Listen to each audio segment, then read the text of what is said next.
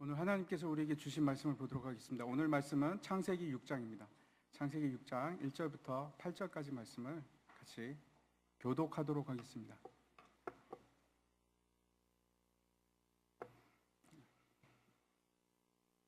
창세기 6장 1절부터 8절까지 말씀 제가 먼저 읽도록 하겠습니다. 사람이 땅 위에 번성하기 시작할 때에 그들에게서 딸들이 나니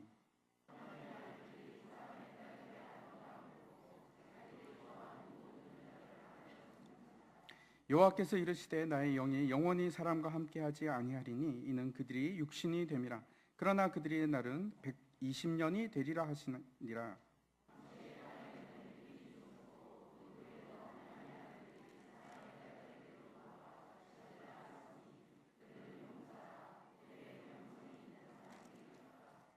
여호와께서 사람의 죄악이 세상에 가득함과 그의 마음으로 생각하는 모든 계획이 항상 악할 뿐임을 보시고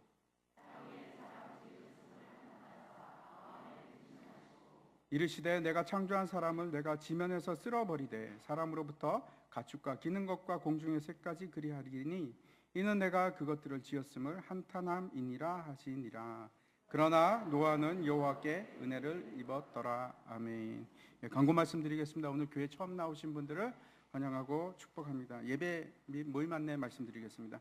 오늘 재직회가 3부 예배, 이 예배 끝난 후에 바로 있겠습니다. 그래서 장로님들 또 안수 집사님들, 권사님들은 그 자리에 남아주시면 되겠습니다.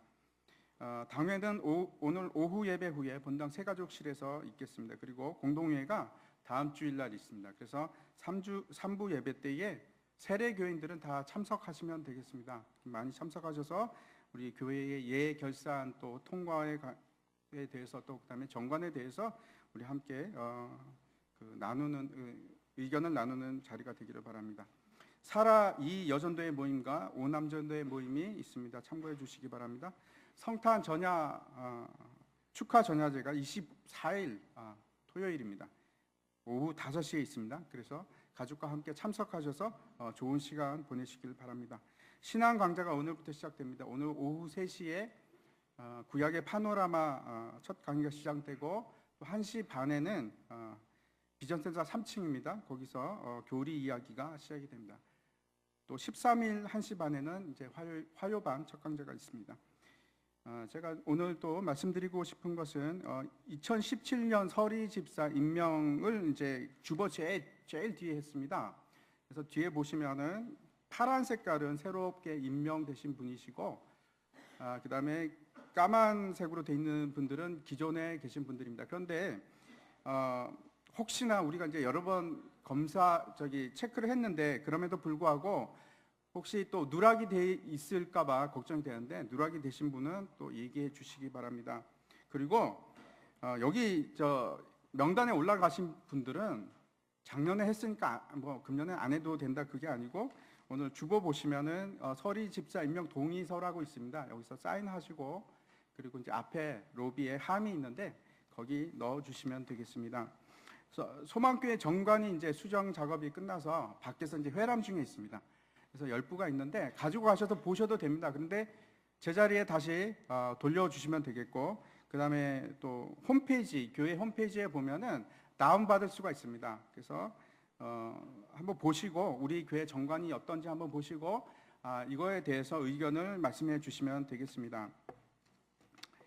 그 다음에 또 한 가지 아주 중요한 말씀을 드리려고 하는데 교회에서 헌금 봉투를 이렇게 일원화했습니다. 이렇게 한 이유가 두 가지가 있는데 첫 번째는 이것이 훨씬 더 쌉니다. 우리가 쓰던 것보다 훨씬 더 싸고 그 다음에 또 한 가지는 이제 연간 봉투를 사용하지 않으려고 하는데 그 이유는 이제 개인적인 그 정보들을 노출이 됩니다. 그래서 이제 그 노출을 시키지 않기 위해서 이제 연간 봉투는 사용하지 않으려고 합니다. 보시면은 11조 주일 헌금 주일 이렇게 쭉 있습니다. 그래서 보시고 항목에다가 체크하시고 이름 쓰시면 됩니다.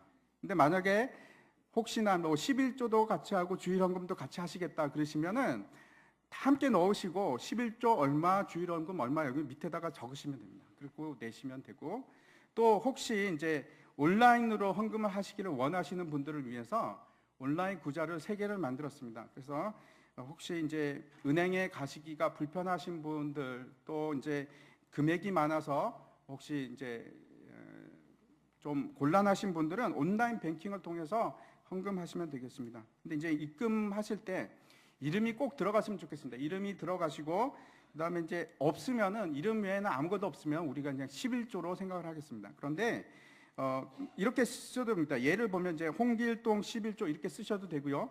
아니면 홍길동 감사헌금 이렇게 쓰셔도 되고, 아니면 뭐 홍길동 주일헌금 이렇게 쓰셔서 7자, 8자까지 가능합니다. 8자까지 가능하니까 이렇게 적어주시면은 감사하겠습니다. 이제 오늘 새로 나오신 분들을 환영하는 시간을 가지도록 하겠습니다.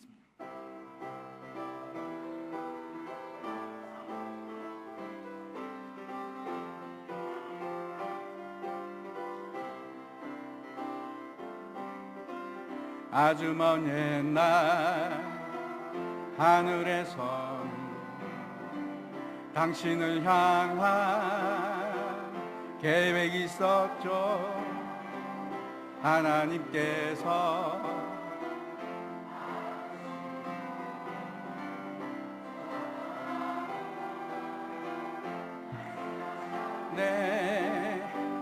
이 세상 그 무엇보다 귀하게 나의 손으로 창조하였노라. 내가 너로 인하여 기뻐하노라. 내가 너를 사랑하노라.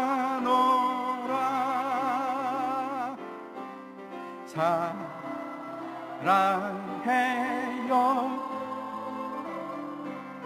축복해요.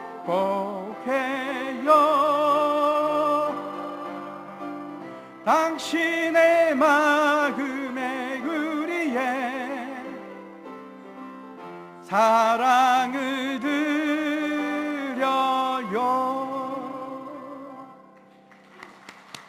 사랑하고 축복합니다. 이제 시온성가대의 찬양으로 하나님께 영광을 올려드리도록 하겠습니다.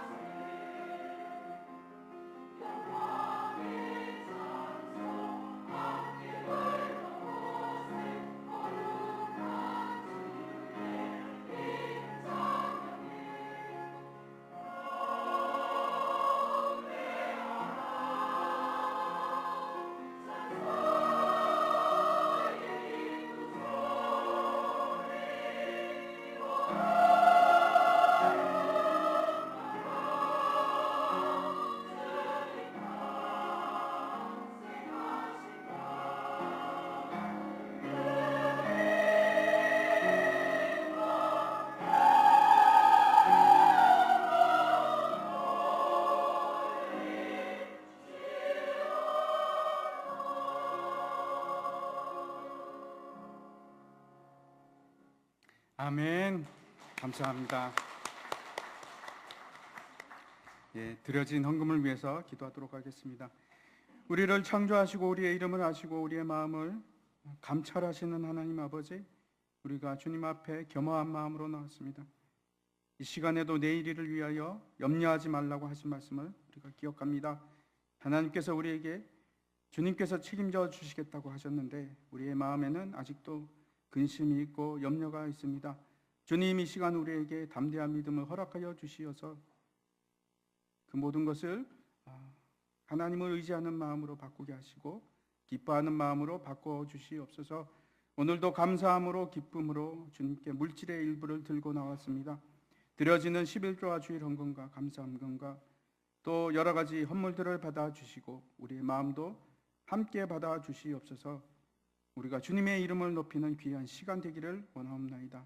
드리는 손길마다 주님께서 축복하여 주시고 주장하여 주시고 기름을 부어 주시어서 물질로 인해서 고통당하지 않게 하여 주시고 자족하는 마음을 허락하여 주시어서 삶 속에서 주님으로 인해서 기뻐하고 즐거워함이 일상생활이 될 수 있도록 주님께서 허락하여 주시고 주님의 공급하심이 끊이지 않게 축복하여 주시고 모든 어려운 문제들을 해결하여 주시옵소서. 일용할 양식을 오늘도 허락하여 주시옵소서. 이제 말씀을 듣기를 원합니다. 주님께서 친히 말씀하여 주시고 우리의 마음 문을 열어 주시사 우리가 하나님의 말씀을 담대히 받는 시간 되게 하여 주시고 성령님께서 우리의 마음을 흔드시는 시간 되게 하여 주시옵소서. 감사합니다. 우리 주 예수 그리스도 이름으로 기도합나이다. 아멘. 예, 주위 사람들에게 인사하시기 바랍니다. 반갑습니다. 안녕하십니까? 같이 인사했으면 좋겠습니다.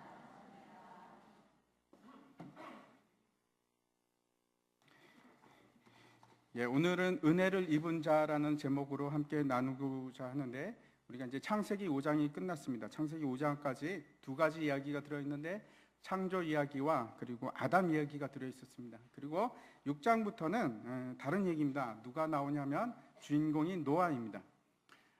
노아가 여러분 몇 세까지 살았는지 혹시 알고 계십니까? 아무도 대답을 안 하시는데 노아는 600살 때 홍수가 났습니다. 그리고 나서 350년을 더 살았습니다. 그래서 950세까지 살았습니다. 아들이 셈입니다. 셈이 이제 기록이 되어 있는데 셈에 가서는 나이가 확 줍니다. 900대에서 600대로 줄고 그다음에 600대에서 그 셈의 아들이 아르박사스인데 아르박사스로 가면은 나이가 한 400대로 줄어듭니다. 그러니까 수명이 사람의 수명이 어느 정도일까? 여러분 혹시 생각해 보셨습니까?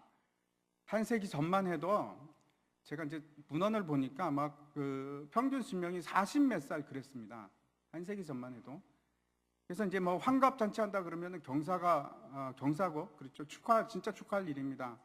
하늘이 주신 수를 다 누리고 살았다. 그래서 환갑 잔치가 기쁜 날이었는데 요즘에는 환갑 잔치를 잘 안 합니다. 70 회갑도 70 그 회갑이 맞습니까? 환갑이 회갑이 아닌데 이런 잔치도 잘 하지 않으시고 그 다음에 이제 80이 돼야지 그래도 좀 나이가 드셨다 하는 막 그런 때가 되었습니다. 사람들이 100세 시대라고 얘기를 합니다. 제가 이제 이란에 갔을 때 40대 초반이었습니다. 40대 초반에 이란에 갔는데 그때 이제 그 언어 학교에서 이제 일하시는 그 이란 아저씨가 계셨는데 제가 보기엔 할아버지였습니다. 할아버지. 그래서 한번 나이를 물어봤습니다. 저는 이제 보통 이란 사람들이 그때 이제 어떻게 보냐면 좀 심하게 보는 사람은 20대 말로 봤고 그 다음에 그래도 좀 봐주는 사람도 30대 초반으로 봤습니다. 저를 40대 초였는데 근데 이제 그 할아버지하고 얘기를 하다가 보니까 그 할아버지 나이가 저랑 동갑인 겁니다. 그래서 이게 어떻게 된 건가? 정말 할아버지입니다. 머리가 하얗고 뭐 쭈글쭈글해서 저는 그때 팽팽했는데 제가 그런 생각을 했습니다. 이 사람들은 왜 이렇게 나이를 먹을까? 빨리 먹을까? 빨리 늙을까? 그쪽에 해가 강하니까 해가 강해서 그런가? 아니면 먹는 것이 문제가 있는가? 아니면 일을 많이 했는가? 뭐 별 생각을 다 했습니다. 지금은 이제 100세 시대라고 하지 않습니까? 그래서 이제 뭐 사람들이 뭐 특별한 걸 먹지는 않죠. 집에서 밥 잘 먹고 그렇게 하는데도 불구하고 불로초를 먹는 것도 아닌데 사람들이 잘 안 죽습니다. 오래 사십니다. 요즘 이제 80세 넘기신 우리 할머니들도 여기 많이 앉아 계신데 할아버지도 계시고 나이가 이제 많이 드셔도 정정들 하십니다. 지금 제가 이제 얼마 전에 아주 흥미로운 기사를 하나 봤는데 그 기사 내용이 이런 겁니다. 인간 수명이 얼마나 될까? 그래서 인간 수명은 115세다 이런 아주 단언을 하는 그런 기사를 봤습니다. 여러분도 혹시 보셨는지 모르겠는데 이런 겁니다. 이제 1960년대에 공식적으로 가장 오래 살았던 사람이 111살이었다고 그럽니다. 근데 이제 그게 1990년대로 가면은 어느 정도로 느냐면 115세로 늡니다.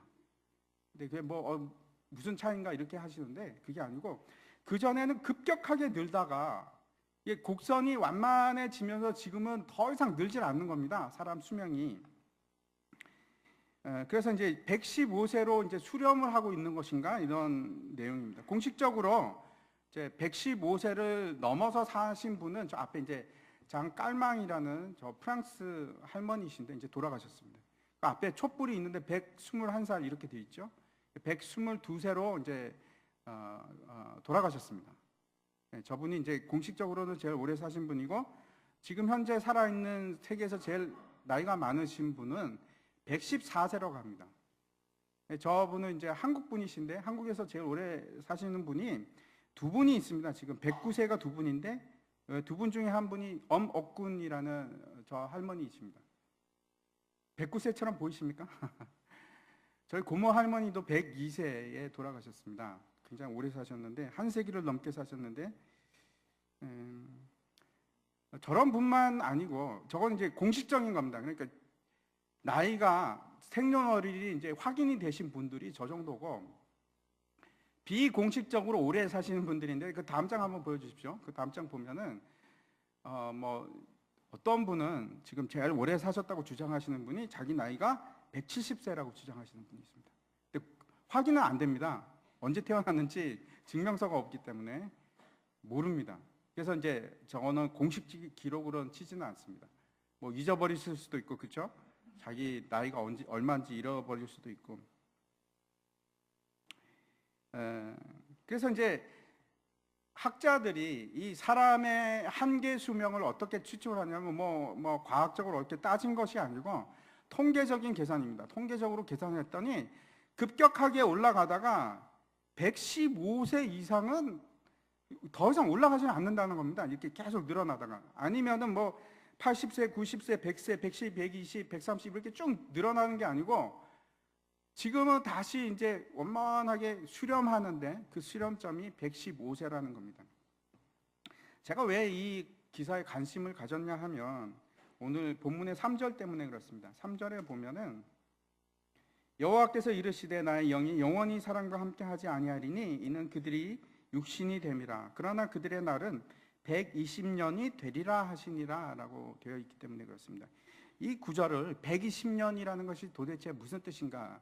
두 가지 해석을 합니다. 첫 번째 하나는 하나님께서 저 때부터 시작해서 홍수가 올 기간을 지금 120년 전에 말씀하셨다라고 하는 주장입니다. 그래서 그렇죠. 홍수 위에는 다 죽습니다. 노아 가족 위에는 다 죽지 않습니까?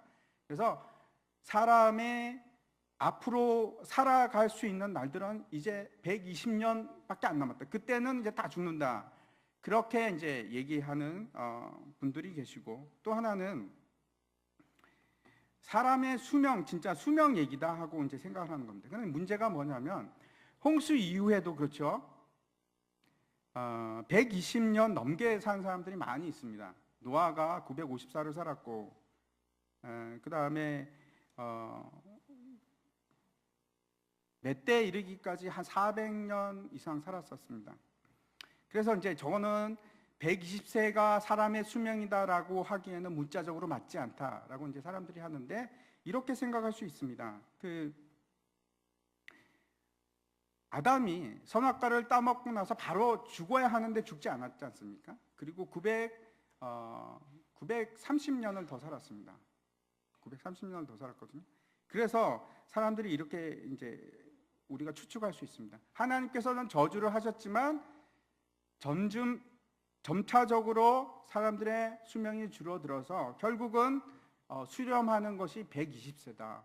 사람은 120세를 넘지 못하는 것이다. 한번 그 다음 그래프 한번 보여주시기 바랍니다. 예. 넘겨서 그 다음 그래프 한번 보여주시기 바랍니다. 예. 그거 보면은 사람들이 처음에는 900살 넘게 살다가 그렇죠. 홍수 이후로 급격하게 이제 수명이 줄어들기 시작해서 이제 수렴하는 점이 있는데 수렴한 이렇게 쭉 직선으로 갑니다. 저기가 100세 부근입니다.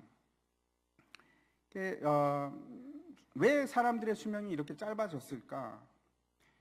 분명한 이유는 오늘 본문 3절에서 얘기합니다. 여호와께서 이르시되 나의 영이 영원히 사람과 함께 하지 아니하리니 뭐라고 합니까? 그들이 육신이 되었기 때문이라고 얘기합니다. 육신이 되었기 때문에 그들이 육체가 되었기 때문이라고 얘기합니다. 이거는 이제 뒤에 가서 다시 보겠습니다. 그런데 사람들이 이제 특별히 이제 창조과학을 하시는 분들이 많이 얘기하는 것이 있습니다. 이게 어떤 거냐면 사람이 왜 홍수 이후에 갑자기 수명이 줄어들게 되었는가? 그 이유를 이렇게 얘기합니다. 이제 궁창 위에 물이 있었는데 그러니까 수증기가 있었다고 생각을 하는 거죠. 그래서 그 궁창 위에 물이 막 떨어지면서 지구를 보호하고 있는 오존층을 비롯해서 수증기층이 이제 사라졌기 때문에 우주의 모든 안 좋은 그러니까 자외선과 같은 우주 광선들이 그냥 투과를 하기 때문에 사람들의 수명이 짧아졌다 이렇게 얘기합니다. 뭐 일리가 있을 수 있습니다. 제가 뉴질랜드 갔을 때 보니까 초기에 뉴질랜드로 이민한 사람들 초기에 굉장히 많이 죽었습니다. 영국 사람들이 거의 주로 왔었는데 그 사람들이 왜 죽었냐면 이유를 모릅니다. 그냥 막 죽는 겁니다. 그래서 나중에 알고 봤더니 그 뉴질랜드가 남극이랑 가깝습니다. 남극이랑 가깝다 보니까 거기 오존층이 굉장히 약합니다. 그래서 해의 그 자외선이 그냥 계속 사람한테 쏘니까 뭐 어떻게 되냐면 피부암이 걸립니다. 피부암이. 그래서 피부암으로 사람들이 그렇게 많이 죽은 겁니다. 혹시 뉴질랜드 가시면 꼭 선크림을 바르셔야 됩니다. 안 그러면 피부암에 걸리게 됩니다. 그런데 만약에 홍수 때문에 사람의 그 수명이 단축되었다고 얘기를 하면 어떤 문제가 있냐면 왜 홍수 이후에도 사람들이 그러면 몇백 년을 더 살았느냐? 그때 모든 오존층이 파괴가 되고 모든 수증기가 다 사라졌으면 그때 그 즉시 사람들의 수명이 단축이 돼야지 왜 그렇게 그 이후로도 오래 산 사람들이 있는가 하는데 이제 문제가 있습니다. 최근에 이제 학자들이 어떻게 해서 사람이 죽지 않는가 수명 연구를 하지 않습니까? 노화에 대해서 연구를 하는데 인간의 세포 안에 염색체라는 것이 있습니다. 다시 한번 보여주십시오. 그 다음 거 그림을 보면 저게 이제 염색체인데 그 끝에 뭐가 달려 있냐면 텔로미어라는 아주 특별한 것이 달려 있습니다. 저게 뭐냐면 일종의 계수 장치 같은 것인데 이렇게 카운트하는 장치입니다. 그게 다 사람들한테 있습니다. 타이머가 달려 있는 겁니다. 그래서 사람이 오래 살기 위해서는 세포가 계속 분열을 해야 됩니다. 세포 분열이 계속 일어나야 되는데 무한정 못합니다. 사람은 저것 때문에 저게 못하게 막아버립니다. 그래서 사람이 그 세포가 우리 몸에 있는 세포가 최대한 할 수 있는 게 한 80번에서 90번 그 이상은 저 장치 때문에 못하는 겁니다. 더 이상 하지는 못합니다. 그래서 저 장치가 다 끝나면 세포 분열이 더 이상 되지 않고 사람이 늙어서 죽게 되는 겁니다. 사람의 세포 중에서 저 장치가 없는 세포가 있습니다. 여러분 혹시 아십니까? 네? 그래서 무한대로 계속해서 분열할 수 있는 세포가 있는데 암세포입니다. 암세포는 저 장치가 없습니다. 그래서 암세포는 불멸입니다. 영생을 누립니다. 계속해서 그냥 놔두면 계속해서 세포 분열을 합니다. 암세포는. 그런데 사람의 일반적인 세포는 저 시간 장치가 달려 있어서 저것 때문에 죽습니다. 참 희한하지 않습니까? 3절에 그들의 날은 120년이라고 했다. 이것은 이제 제가 두 가지 말씀드렸는데 하나는 그렇죠. 홍수의 기간까지 120년이 남았다 하는 얘기가 될 수 있고 또 하나는 인간의 수명은 120년을 절대로 넘지 못한다 하는 말이 될 수도 있습니다. 어떤 것이 맞을까요? 저는 둘 다 맞다고 생각합니다. 둘 다 가능성입니다. 성경이 단 한 가지만 안 하고 둘 다를 얘기할 수 있습니다. 그런데 거기에 반해서 왜 우리가 지금 오늘 생각해 보려고 하면 왜 사람의 수명이 이렇게 단축이 됐는가? 왜 이렇게 저주를 받아서 홍수 때문에 죽을 수밖에 없고 사람의 수명이 이렇게 제한될 수밖에 없는가 하는 문제에 대해서 우리가 생각해 보려고 합니다. 그것이 이제 1절부터 시작이 됩니다. 한번 1절을 보겠습니다. 1절을 보면은 사람이 땅 위에 번성하기 시작할 때에 그들에게서 딸들이 나니라고 시작을 합니다. 여러분 저 구절 한번 잘 보십시오. 저기서 중요한 단어가 두 개가 있습니다. 한번 뭐가 중요한지 한번 보시기 바랍니다. 저 중에서 중요한 단어를 제가 이제 두 개를 뽑았는데 첫 번째 시작하다 하는 할랄이라는 단어입니다. 저게 왜 중요할까? 할랄이라는 여러분 단어에 대해서 들어보셨습니까? 들어보신 분도 계시고 작년에 막 뉴스와 매스컴에서 엄청나게 저 할랄 얘기를 했습니다. 기억나십니까 이제? 네, 할랄 식품 얘기할 때 저 할랄입니다. 그 이제 무슨 뜻이냐면 이슬람 사람들이 이슬람교를 믿는 사람들이 아무 음식이나 먹는 것이 아니고 돼지고기는 먹으면 안 됩니다. 그리고 또 소도 그냥 먹는 것이 아니고 할랄 식품이 되기 위해서는 그 소를 잡기 전에 알라에게 기도를 해야 됩니다. 기도를 하고 잡으면 할랄 식품이 됩니다. 그래서 이제 뭐 우리나라에서 이제 박근혜 정부가 이제 할랄 식품을 육성해야 된다 그랬고 작년에 막 무지하게 이제 큰 뭐 여러 가지 있었는데 저는 이슬람권에 있었지 않습니까? 저거 필요 없습니다. 왜냐하면 할랄 식품이라는 것이 이슬람 사람들이 꼭 먹어야 되는 건 아닙니다. 여행 다닐 때는 아무거나 먹어도 됩니다. 법이 그렇습니다. 그래서 그냥 없으면 딴 거 먹어도 됩니다. 그리고 저거는 저 사람들을 위한 것이지 우리나라에서 저걸 한다고 해서 그 사람들이 수입을 하느냐? 그런 건 아닙니다. 아무튼 이제 다시 돌아가서 본론으로 돌아가서 왜 할랄이라는 뜻이 시작하다는 뜻인가? 다른 뜻이 있습니다. 제가 왜 할랄 식품을 얘기하냐면 할랄이란 말이 먹다라는 뜻이 있습니다. 먹다. 희한하죠?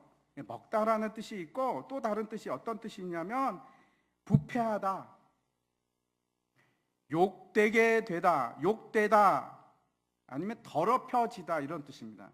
그러면 한번 다시 그 1절 한번 보십시오. 이 무슨 뜻이 되냐면 땅 위에 번성한 많은 사람들이 부패했다 이런 뜻이 되는 겁니다. 전혀 다르게 보이지 않습니까? 갑자기 문장이. 그리고 나서 이제 두 번째 제가 말씀드리고 싶은 중요한 단어가 이 번성하다 하는 뜻입니다. 번성. 그런데 앞에도 번성이 나오는데 이 단어는 다른 단어입니다. 창세기 1장에 나오는 생육하고 번성을 하고 하는 그 번성과는 다른 단어입니다. 근데 라바브라는 뜻인데 저게 무슨 뜻이냐면 결코 아름답고 좋은 뜻이 아니고 인구가 갑자기 급팽창한다는 뜻이고 그러면서 어떤 상태가 되냐면 비좁고 시끄럽고 울부짖고 더러워지고 막 그런 뜻입니다. 안 좋은 뜻입니다. 사람들이 막 예를 들어 이런 거 생각하시면 딱 맞습니다. 그 전철, 지하철 출퇴근 시간에 지하철이 저 라바브입니다. 사람들이 막 괴로워하는. 그렇죠. 그러면 1절을 보면은 이렇게 되는 겁니다. 사람들이 그 땅 위에서 막 팽창해서 소리를 지르고 그리고 부패하기 시작할 때 그런 뜻입니다. 전혀 다른 뜻처럼 보이죠? 그럴 때 그들에게서 딸들이 낳았다 이렇게 얘기를 하고 있습니다. 하나님께서 지금 그 번성하다는 것을 우리가 다시 한번 생각했으면 좋겠는데 하나님께서 사람들에게 복을 주셨는데 그 복이 언제나 그 창세기의 처음부터 끝까지 일관되게 전체를 통일해서 주장하는 복이 있습니다. 근데 그 창세기만 그렇게 얘기하시는 것이 아니고 성경 전체를 꿰뚫는 아주 분명한 복의 개념이 있습니다. 그게 뭔지 한번 1장 28절을 보시기 바랍니다. 제가 읽어보겠습니다. 하나님이 그들에게 복을 주시며 하나님이 그들에게 이르시되 생육하고 번성하여 땅에 충만하라. 생육하고 번성하는 겁니다. 그래서 땅에 충만하라, 땅을 정복하라, 바다의 물고기와 하늘의 새와 땅에 움직이는 모든 생물을 다스리라. 여러분, 이게 복입니다. 다른 것이 복이 아니고 이것이 하나님이 사람에게 주신 복인데, 생육하고 번성하라, 그것이 기본입니다. 그래서 땅에 충만케 되고 땅을 정복하고 다스리고, 이것이 복입니다. 이 복이 창세기에서 일관되게 변하지 않고 등장하는데 한번 보도록 하겠습니다. 쭉 찾아보면은, 여러분, 제가 앞에서 창세기가 5개 얘기, 6개인데 앞에 이제 창조 빼고 5개 얘기라고 했습니다. 기억나실지 모르겠네. 첫 번째가 아담 얘기고, 그 다음에 노아 얘기입니다. 그 다음에 나온 사람이 누굴까요? 네? 아브라함 얘기입니다. 아브라함 얘기 다음에 누가 나오죠? 이삭 얘기. 이삭 다음에 야곱. 크게 얘기하셔도 제가 뭐라고 하지 않겠습니다. 그냥 틀릴까봐 되게 조심하시는데, 지금 아담에게 1장 28절에서 저렇게 복을 주셨는데, 그러면은 그 다음에 누구라고요? 노아입니다. 노아에게는 어떤 복을 주셨는지 한번 9장을 보겠습니다. 9장에 보니까, 여러분 보십시오. 다른 점이 있습니까? 하나님이 노아와 그 아들에게 복을 주시며 그들에게 이르실 때 뭐라고 합니까? 생육하고 번성하고. 똑같습니다. 그런데 여기서 끝나는 것이 아니고 그 다음 주인공이 누구라고요? 노아 다음에 아브라함인데, 아브라함에게 어떤 복을 주셨는지 22장으로 가겠습니다. 22장 17절에 보면은 이렇게 되어 있습니다. 내가 내게 큰 복을 주고 내 씨로 크게 번성하여 하늘의 별과 같고 바닷가의 모래와 같게 하리니 내 씨가 대적의 성문을 차지하리라. 뭐라고요? 내 씨가 크게 어떻게 된다고요? 번성하여 하늘의 별과 같이 많아지고 바닷가의 모래같이 많아지는, 생육하고 번성하고 땅에 충만하고 땅을 정복하라. 똑같은 얘기입니다. 이것이 아브라함 다음에 누구라고요? 이삭으로 갑니다.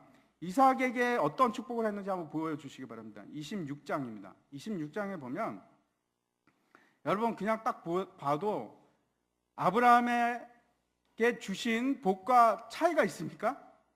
아니요, 전혀 없습니다. 똑같은 내용입니다. 내 자손을 하늘의 별과 같이 번성하게 하며 이 모든 땅을 내 자손에게 주리니 내 자손으로 말미암아 천하 만민이 복을 받으리라. 하늘의 별과 같이 번성하게 하여, 똑같은 단어를 사용하십니다. 그 다음에 이삭 다음에 누구라고요? 야곱입니다. 야곱에게는 뭐 별다른 얘기를 하셨을까? 여러분 이제는 뭐 아시겠죠? 별다른 얘기가 없습니다. 35장으로 가겠습니다. 35장으로 보면은 하나님이 그에게 이르시되 나는 전능한 하나님이라 생육하며 번성하라. 어떻게 하나님께서 이렇게 초지일관 생육하고 번성하라, 이것을 복으로 말씀하시고 명령하셨을까? 이게 결국은 성취가 됩니다. 야곱이 70명의 식구를 이끌고 이집트로 들어갑니다. 애굽으로 들어가서, 그렇죠? 나올 때 몇 명이 되었습니까? 장정만 60만 명. 모든 민족이 200만 명이 넘는 거대한 민족이 되었습니다. 그런데 우리가 다시 한번 생각해 보시기 바랍니다. 이 모든 200만 명이 넘는 사람들이 모두 다 앞에서 우리가 아담의 계보를 봤는데 거기에 속한 사람들일까요? 아담의 계보, 셋의 후손에 속하는 사람들일까요? 영적으로, 제가 말씀드리는 건 영적으로. 문제는 그렇지 않다는 겁니다. 앞에서도 말씀드렸는데 노아의 때 우리가 거의 뭐 20억에서 40억 명의 인구를 생각합니다. 엄청난 인구죠. 근데 그 중에서 몇 명만 구원을 받았습니까? 8명만 받았습니다. 하나님께서 아담에게 생육하고 번성하라 하였고 그 수많은 사람들이 생겼는데 그 중에서 구원을 받은 사람은 8명입니다. 다시 그 노아의 가족 8명에게 다시 똑같은 복을 주십니다. 생육하고 번성하라. 그래서 창세기 12장에 갔을 때 누가 남았습니까? 수많은 사람들이 남았습니까? 아니요, 아브라함 혼자 남았습니다. 아브라함에게 다시 하나님께서 이 똑같은 복을 주십니다. 생육하고 번성하라. 그런데 이삭을 지나서 야곱을 거쳐서 출애굽할 때 몇 명이 되었다고요? 장정만 60만 명. 근데 그 중에서 가나안 땅에 들어간 사람은 몇 명이었습니까? 단 2명입니다. 여수아와 갈렙. 나머지 사람들은 뭡니까? 나중에 이제 보면은 이스라엘 나라의 우상 숭배가 판을 칩니다. 난장판이 됩니다. 그때 하나님께서 이렇게 말씀하십니다. 내가 바알에게 무릎 꿇지 않는 사람 7,000명을 남겼다. 그 수많은 사람들 중에서 남은 자들이 7,000명. 이것이 계속 가다가 결국 소수가 남고 소수가 남습니다. 계속해서 하나님은 생육하고 번성하라, 생육하고 번성하라 하고 명령하시고 복을 주셨는데 결국 살아남는 사람들은 소수입니다. 그런데 이것에 그치지 않고 하나님은 다시 생육하고 번성하라고 하시고 다시 줄어들고 뭐가 많아집니까? 오늘 1절에 있던 이 사람들입니다. 사람이 땅 위에 번성하기 시작할 때 라바브, 이건 전혀 다른 뜻입니다. 라바브 하는 사람들, 그 사람들은 많아지는데 그 중에서 진짜로 생육하고 번성하는 사람들은 아주 작습니다. 이게 이제 이 이스라엘이, 영적인 이스라엘이 신학으로 넘어오면 뭐가 되냐면 교회가 됩니다. 예수님께서 몇 명으로 시작하셨냐면 12명으로 시작하셨습니다. 12명의 사람이 120명의 문도가 되고 그게 다시 500명이 되고 그것이 다시 전 세계로 퍼지면서 수많은 교회들을 만들었습니다. 우리도 그렇죠?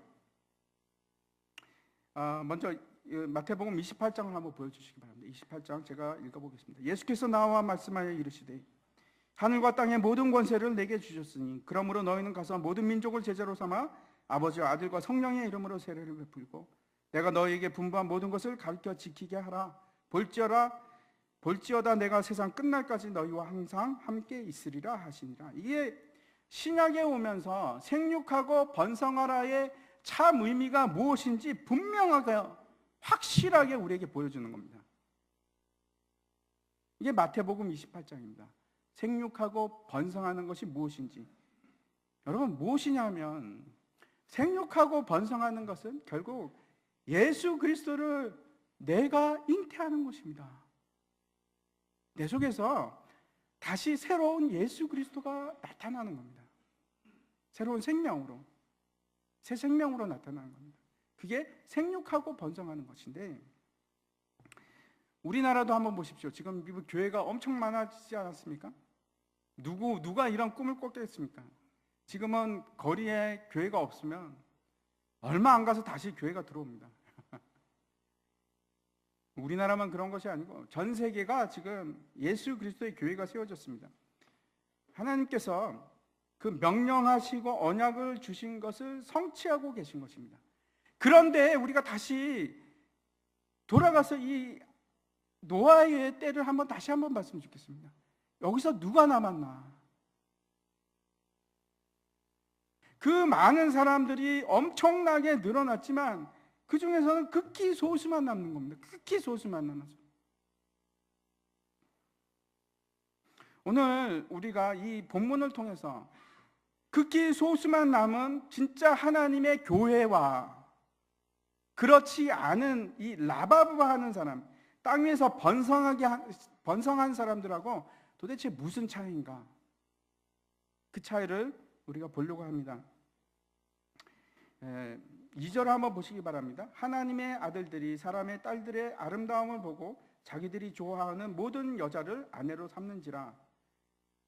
이게 굉장히 이렇게 쉽지 않은 구절입니다. 그 이유 중에 하나가 하나님의 아들들이 도대체 누군지 우리가 잘 모릅니다. 사람의 딸들이 누군지 우리가 잘 모릅니다. 첫 번째 이제 우리가 여러분이 아마 옛날부터 이제 교회에서 이 부분 설교를 들으셨으면 거의 99% 목사님께서 뭐라고 얘기하셨을 건지 제가 압니다.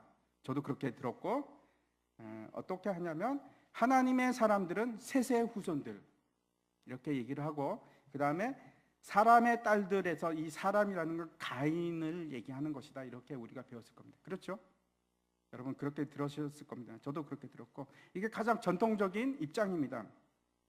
그런데 문제가 있습니다. 이렇게 해석을 하면 어떤 문제가 있냐면 4절을 한번 보시기 바랍니다. 4절에 보면은 당시의 땅에는 네피림이 있었고 그 후에도 하나님의 아들들이 사람의 딸들에게로 들어와 자식을 낳았으니 그들은 용사라 고대의 명성이 있는 사람들이었더라 이렇게 얘기를 하는데 이 네피림에 대해서 해석이 안 됩니다. 왜냐하면 우리가 전통적으로 이 네피림은 어떤 사람이라고 생각하냐면 여러분 어떤 사람이라고 생각하십니까? 혹시 아십니까? 거인들이라고 생각을 합니다. 거인들 아니면 특별한 사람들. 홍수 이후에도 이 네피림이라는 단어가 딱 한 번 등장합니다. 성경에는 단 2번만 등장하는데 여기에 한 번 나오고 그리고 민수기에 한 번 나옵니다. 민수기에 어떤 때 나오냐면 이스라엘 백성이 애굽에서 나와서 가나안 땅을 들어가기 전에 정탐꾼을 보냅니다. 근데 그 정탐꾼들이 돌아와서 보고를 하기를 이렇게 얘기합니다. 민수기 13장 33절인데 민수기 13장 33절에 보면 거기서 이렇게 얘기를 합니다. 네피림 후손인 아낙 자손의 거인들을 보았나니 거인들이라고 얘기를 하는 겁니다. 우리는 스스로 보기에도 메뚜기 같으니 그들이 보기에도 그와 같았을 것이니라. 가서 봤는데 거기 있는 사람들이 다 거인이라는 겁니다. 그래서 우리는 메뚜기 같아서 저 사람들하고 싸우면 안 됩니다. 이렇게 보고를 한 겁니다. 그런데 이 거인들이 성경에는 많이 등장하는데 우리가 잘 알고 있는 사람이 있지 않습니까? 다윗과 골리앗 할 때 골리앗이 그 골리앗은 보통 인간의 범주를 벗어나서 굉장히 큰 사람이지 않습니까? 근데 최근에도 이런 사람들이 꽤 많이 있습니다. 한번 보여주십시오. 저기를 보면은 이제 앞에 사람은 중국 사람인지 몽고 사람인지 잘 모르겠습니다. 근데 그렇고 두 번째는 제가 확실히 아는데 저 사람들은 그 아프가니스탄에 가면 거인족이 있었습니다. 그래서 그 거인족 사람들입니다. 그래서 이제 사진을 저렇게 찍었는데 그뿐만 아니고 그 다음에 보면 저런 사진들이 많이 있습니다. 제가 저게 진짜 어떤지는 잘 모르겠습니다. 그런데 분명한 것은 거인들이 참 많이 살았습니다. 참 많이 살고 있었는데 어떻게 그래서 이 거인들 때문에 한번 생각해 보십시오. 가인의 후손이라고 거인일까? 악한 자의 후손은 거인입니까? 그렇게는 우리가 얘기할 수 없지 않습니까? 그렇죠? 그래서 뭔가 좀 특별한 것이 있을 것이다라고 이제 생각을 하는데 그래서 두 번째 주장은 어떤 거냐면 이 하나님의 아들들을 어떻게 생각하냐면 천사라고 생각을 합니다. 왜냐하면 욥기에서 하나님의 아들들이라는 단어가 천사라고 지칭되고 있기 때문에 그러면 어떻게 되냐면 그렇죠? 하나님의 아들들, 천사들과 사람의 딸들 그냥 사람의 딸들하고 결혼을 했다는 겁니다. 그래서 낳은 사람들이 네피림이라고 이제 주장을 하는 학설입니다. 근데 그 천사가 그냥 천사가 아니고 어떤 천사죠? 타락한 천사. 그래서 타락한 천사와 인간 여자 사이에 하이브리드, 그러니까 잡종이 생겼다라고 이제 생각을 하는 겁니다. 잡종이 생겨서 저렇게 큰 거인족이 생겼다라고 주장. 이게 이제 기독교 초기에 굉장히 많이 있었다가 최근에는 이것을 이렇게 생각하시는 분이 굉장히 많습니다. 이게 거의 메저리티가 됐습니다. 이게 지금 거의 많은 사람들이 이렇게 생각을 합니다. 근데 여기도 아주 곤란한 문제가 하나 있습니다. 어떤 문제냐면 천사하고 여러분은 어떻게 생각하십니까? 천사하고 사람하고 결혼을 해서 자식을 낳을 수 있다고 생각하십니까? 예? 가능할까요? 예수님께서 뭐라고 얘기하셨냐면 천사는 장가도 가지 아니하고 결혼도 하지 않는다고 얘기하셨어요. 그래서 저희 문제가 있는 겁니다. 천사는 영인데 어떻게 영적인 천사하고 사람하고 교배가 돼서 자녀를 생산할 수 있을까? 그게 문제입니다. 그게 이제 뭐 이해가 안 가는 거죠. 그리스 신화나 이런 데는 그런 일들이 많이 있습니다. 뭐 그 이제 신하고 인간하고 결혼을 해서 그 자녀가 생겼는데 그 헤라클레스도 되고 뭐 타이탄도 되고 막 그러지 않습니까? 그런 게 신화에는 있는데 실제로 그런 일이 일어날 수 있는가? 그렇죠. 성경에서는 그게 불가능하다고 얘기하는 것이 맞는 것 같습니다. 그렇죠? 또 한 가지 세 번째 관점이 있는데 그것이 뭐냐면 이 하나님의 아들들이 누구라고 생각하냐면 당시에 권세 잡은 자들. 옛날에는 왕이면 다 신의 아들이었습니다. 지금 천황도 지금 뭐라고 합니까? 자기가 신의 아들이라고 하지 않습니까? 그래서 옛날 고대 시대 때의 왕들은 전부 다 한결같이 주장하는 것이 나는 신의 아들이다, 하나님의 아들이다라고 얘기를 하는 겁니다. 다시 말씀드려서 이 하나님의 아들들이라는 단어가 권세를 잡고 힘 있는 사람들이라는 뜻이라고 얘기하는 겁니다. 그러면 어떻게 될까요? 사람의 딸들은 누가 되는 거죠? 그냥 사람의 딸들, 그냥 평범한 사람들의 딸들, 이렇게 되는 겁니다. 어느 것이 옳은지 제가 어마어마하게 고민을 많이 했습니다. 그런데 셋 다 문제가 있습니다. 마지막 것도 문제가 어떤 문제가 있냐면 성경의 용례가 그걸 지지를 해주지 않습니다. 세 가지 다 문제가 있는데 고민을 했지만 제가 어저께 밤새도록 고민을 했는데 정말로 밤새도록 고민을 이거 어떻게 해야 되나 오래전부터 제가 생각을 했지만 해결을 보지 못했습니다. 그런데 4절을 통해서 2절을 다시 한번 봤으면 좋겠습니다. 4절을 한번 보십시오. 당시 땅에는 네피림이 있었고 그 후에도 하나님의 아들들이 사람의 딸들에게로 들어와 자식을 낳았으니 그들은 용사라 고대의 명성이 있는 사람들이었더라. 여기서 우리가 분명한 거 한 가지를 알 수 있습니다. 이 하나님의 아들들이 어떤 사람들인가? 뭘 추구한 사람입니까? 힘을 추구하고 명성을 추구하고 강함을 추구하고 큰 것을 추구하는 사람들, 거대함을 추구하는 사람들입니다. 그리고 다시 돌아가서 사람의 딸들을 보겠습니다. 사람의 딸들의 아름다움을 보고 2절에서 그렇게 얘기했는데 이 아름답다는 단어가 우리가 일반적으로 얘기하는 아름다움이 아니고 외적인 아름다움입니다. 감각적인 아름다움.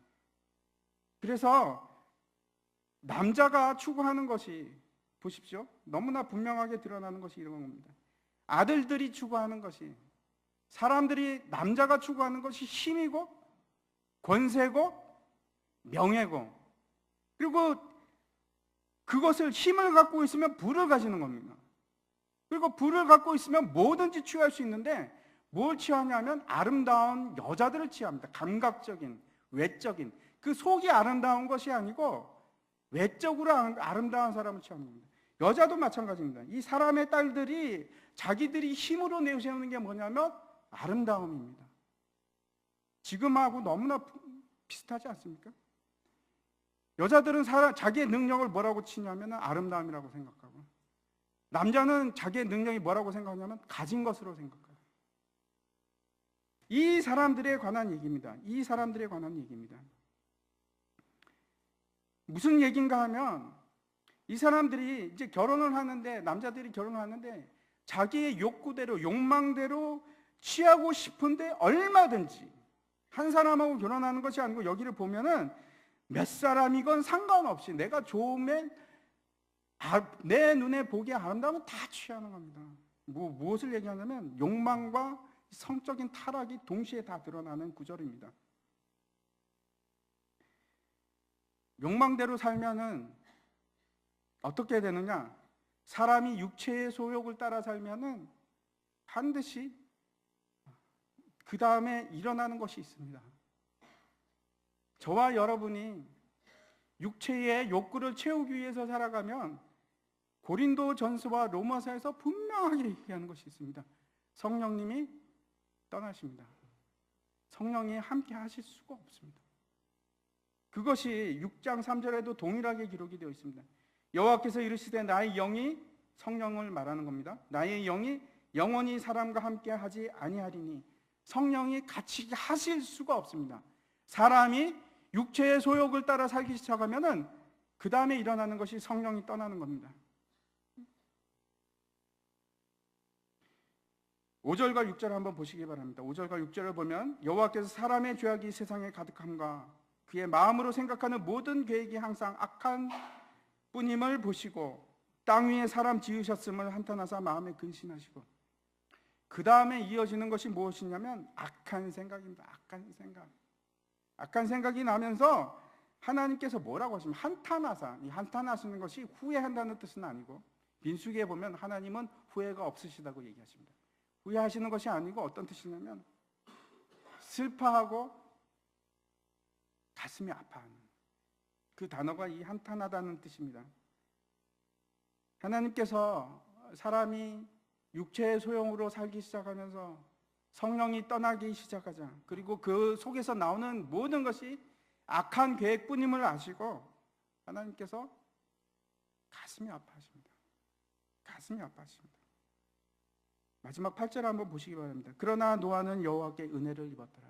그러나 노아는 여호와께 은혜를 입었더라. 이런 죄악된 사람들 가운데서 은혜를 입은 사람이 있습니다. 단 한 사람, 노아입니다. 하나님께서 다시 이 노아를 붙잡고 그 계획을 다시 시작하십니다. 생육하고 번성하는 계획을 다시 이루십니다. 이제 제가 말씀을 마치려고 하는데, 세상에는 여러분 두 가지 사람밖에 없습니다. 하나님의 은혜를 입은 자와 하나님의 은혜를 입지 못한 자, 두 종류의 사람밖에 없습니다. 그런데 하나님의 은혜를 입지 못한 자들의 특징이 있습니다. 그 사람들이 무엇을 원하는가? 힘을 원합니다. 명예를 얻기를 원하고 표면적인 아름다움을 원합니다. 그리고 그것을 위해 자기의 모든 것을 바칩니다. 요즘 세상이 돌아가는 거 한번 보십시오. 대통령부터 시작해서 우리는 뭐 다릅니까? 동일한 선상에 있지 않습니까? 우리 역시 원하는 것이 가지는 것, 권세, 명예, 사람들이 추구하는 게 그런 겁니다.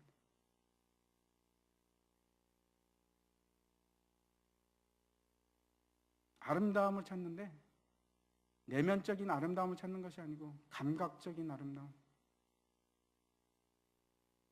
그리고 또 그걸 만들어냅니다. 돈이면 못하는 것이 없습니다. 아름다움도 만들어냅니다. 돈이 사람을 강하게 하고 명예를 만들어내고, 여러분 그 다음에 반드시 이루어지는 것이 있는데, 내가 육체의 소욕을, 내 육체의 피로를 채우기 시작하면 성령이 떠나십니다. 그리고 나서 우리가 뭘 하냐면 싸르게 육체가 되어버립니다. 육체라는 것이, 육체에 이르게 되면 우리 속에서 나오는 것이 다 그냥 세상 일, 악한 일. 악한 일이라는 것이 뭐냐면 하나님과 반대되는 일입니다. 하나님을 향해서 가는 것이 아니고 세상을 향해 가는 모든 계획을 악하다고 얘기하는 겁니다. 그 어쩔 수 없습니다. 왜 그러냐면 육체가 되었기 때문에, 짐승이 되었기 때문에 그렇습니다. 그냥 살아가는 이유가 내 욕구를 채우기 위해서 살아가는 것입니다. 근데 이 사람들에 대해서 7절에 분명하게 뭐라고 얘기하냐면 하나님께서 다 쓸어버리시겠다.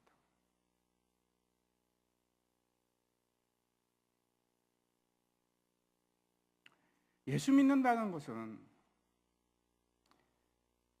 여러분 예수를 믿으면서 내가 육체의 소욕을 다 만족시키고 그렇게 할 수가 없습니다. 예수를 믿는다는 것은 그런 것이 아닙니다. 예수를 믿는다는 것은 내가 잃어버렸던 영원한 생명을 다시 갈구하는 것입니다. 영원한 생명, 그걸 영생이라고 합니다.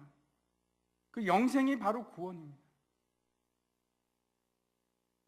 내가 영생도 찾고 내 삶 속에서 내가 육체의 소욕을 채우기 위해서도 노력하고, 이게 여러분 가능하다고 생각하시죠? 성경은 처음부터 끝까지 불가능하다고 얘기합니다.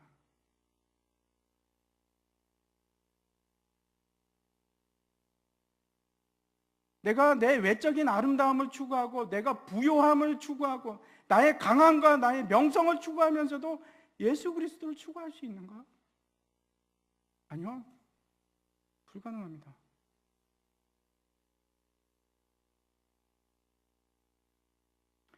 그 하나님의 은혜를 입었다는 것이 무엇이냐면, 내가 내 힘으로, 내 의지로, 내 능력으로 그러한 외적인 아름다움을 추구하고 그런 것을 추구하고 이런 것이 아니고 하나님을 추구하는 겁니다. 이게 무슨 뜻이냐면 그리스도를 통해서 보존함을 입고 구원을 받고자 하는 겁니다. 이 영생이라는 것이 여러분 부나 여러분의 외모는 돈으로 만들어낼 수 있습니다. 여러분이 벌어서 만들어낼 수 있습니다. 그런데 여러분이 도저히 만들 수 없는 것이 있는데 그것이 영생입니다. 영원한 생명은 여러분 절대로 돈으로 살 수가 없고 여러분의 노력으로 가질 수가 없고 오로지 가능한 것은 외부로부터 받는 것입니다. 외부로부터 취하는 것입니다. 영생은 내 속에서 어떻게 만들어낼 수 있는 그런 종류의 것이 아닙니다. 이제 노아의 얘기가 시작되는데 여러분 홍수가 나기 시작하면 여러분이 아무리 수영을 잘해도 여러분이 박태환보다 수영을 잘한다고 할지라도 물속에 빠져 죽고 맙니다. 절대로 살아날 수가 없습니다. 영원한 생명이라는 것은 여러분의 힘에 달려있지 않고 여러분의 가진 것에 달려있지 않습니다. 영원한 생명은 어디서부터 오는가? 오로지 방주에 탈 때만 가능합니다. 오로지 방주 안에 들어가는 것 외에는 아무런 방법이 없습니다. 석가모니를 통해서 그게 가능합니까? 안 됩니다. 공자나 맹자를 통해서 가능합니까? 안 됩니다. 딱 한 가지 길밖에 없다고 성경은 처음부터 끝까지 계속해서 우리에게 얘기합니다. 예수 그리스도 외에는 방법이 없어. 네가 뭘 찾고 있어? 너는 무엇을 추구하고 있어? 네가 원하는 게 예수가 아니면 내가 쓸어버리리라. 왜 그런가 하면 예수를 우리가 원하지 않으면 우리 속에 육체의 소욕을 취하면 성령이 우리랑 함께할 수가 없습니다. 그래서 마치 보기에는 번성하고 막 문명이 발달하는 것 같습니다. 그런데 라바브입니다. 라바브. 그 속에서 절규하는 그 콩나물 시루같이 가득 찬 속에서 절규하는 모습입니다. 하지만 하나님께서 주시고자 하는 것은 그런 것이 아니고 영원한 생명. 마지막 그 마태복음 13장 23절의 말씀을 한번 보여주시기 바랍니다. 좋은 땅에 뿌려졌다는 것은 말씀을 듣고 깨닫는 자니 결실하여 어떤 것은 100배, 60배 이렇게 얘기를 하는데 내가 영원한 생명을 취한다는 것이 무엇이냐? 내가 믿음을 지키고 믿음을 가진다는 것이 무엇이냐면 여러분 처음에 단계가 말씀을 듣고 말씀으로 듣고 끝나는 것이 아니고 그 다음에 말씀을 듣고 나서 그것을 뭐라고 합니까? 깨닫고 나서 다음 단계가 있습니다. 여러분 이렇게 듣는 것으로 끝나는 것은 믿음이 아니고 믿음이라는 것은 언제나 뭘 만들어내냐면 결실하는 결과를 내어놓습니다. 결실을 합니다. 그게 뭐냐면 생육하고 번성하는 일. 내가 예수 그리스도를 잉태해서 낳는 일입니다. 그게 번성입니다. 번성. 하나님께서 그걸 요구하고 그것을 찾으십니다. 땅의 것을 취하지 않는 것이 영원한 생명을 그리워하는 것이 내가 영생을 찾는 것이 내가 구원을 찾는 것이 그것이 곧 생육하고 번성하는 것입니다. 다른 게 아닙니다. 똑같은 것입니다.